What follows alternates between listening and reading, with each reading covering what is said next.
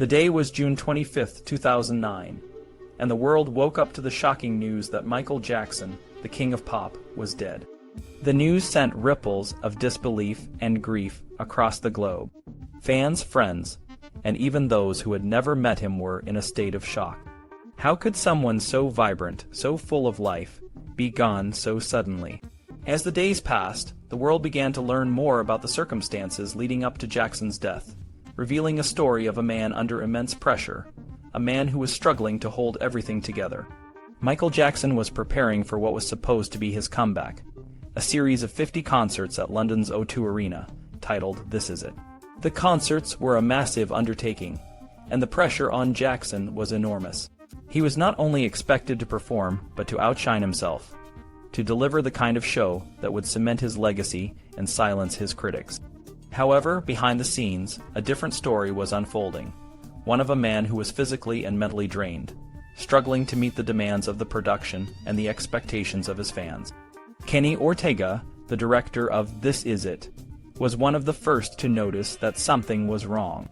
In an email to Paul Gongaware, Ortega expressed his concerns about Jackson's health. He mentioned that Jackson's doctor had not permitted him to attend rehearsal the previous day, and he was worried about the impact this was having on the production. Ortega suggested that Randy and Frank, two key members of the production team, should stay on top of Jackson's health situation. He even proposed that Jackson should have a top nutritionist and physical therapist working with him regularly, emphasizing the extraordinary demands of the show. Travis Payne, the choreographer, shared Ortega's concerns. Payne noticed that Jackson was becoming increasingly fatigued and suggested that he consider regular massages. However, Jackson, known for his intense privacy, refused, feeling that it would be a violation of his personal space. This was just one of the many signs that Jackson was struggling to cope with the stress and physical demands of the rehearsals. Karen Faye, Jackson's longtime makeup artist, was another person who noticed the changes in Jackson. Over the years, she had become more than just an artist. She was a confidante and a friend. As rehearsals progressed, Faye observed that Jackson was losing weight rapidly and repeating himself often, signs that something was seriously wrong. Her concerns were further heightened when she heard Paul Gongaware arguing on the phone about Jackson locking himself in his bathroom. Faye decided to share her concerns with higher-ups in the production, including Randy Phillips, who had his own stories to tell about Jackson's erratic behavior.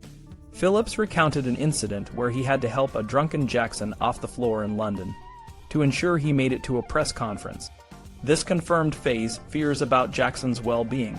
Despite the growing concerns, the production team continued to push forward. On June 14th, Paul Gongaware and Frank Dillio discussed the significance of the team's concerns and decided to take action.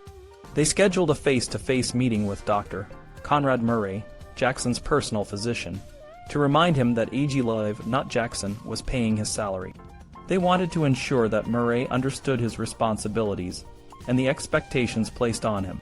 The following day, a draft contract for Murray's services was sent to Tim Woolley at AG Live, outlining the terms of his employment, including first-class airfare, housing in London, and the provision of medical equipment.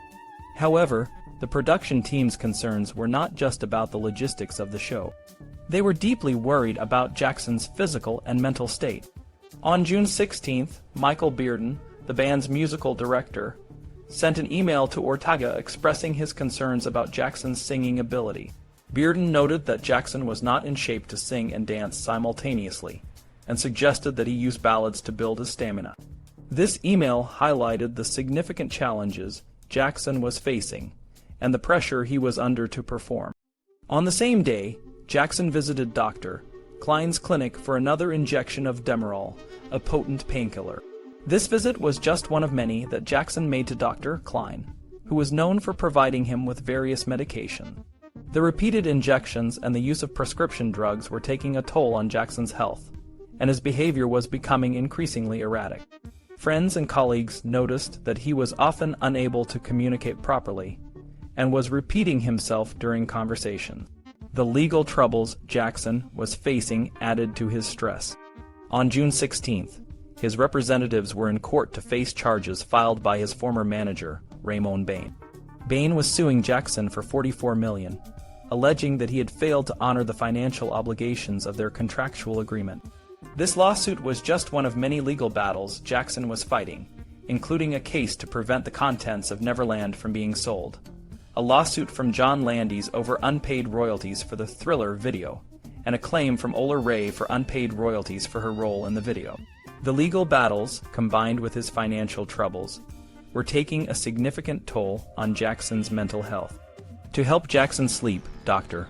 Murray was administering Propofol, a powerful anesthetic, on a daily basis. Jackson had been using the drug for 6 weeks and was likely dependent on it.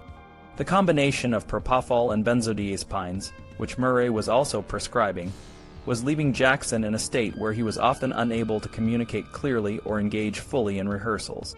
On June 18th, Jackson once again failed to attend rehearsals, prompting Randy Phillips, Kenny Ortega, Paul Gongaware, and Frank Dilio to travel to his home.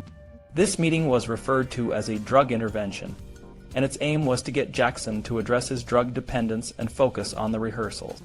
During the meeting, the production team demanded that Jackson stop seeing Dr. Klein and only take medications prescribed by Dr. Murray. They also threatened to cancel the shows and terminate Murray's employment if Jackson did not comply. Despite the intervention, the production team was still uncertain about Jackson's ability to perform. Even when he did attend rehearsals, his performances were lackluster, and his behavior was concerning.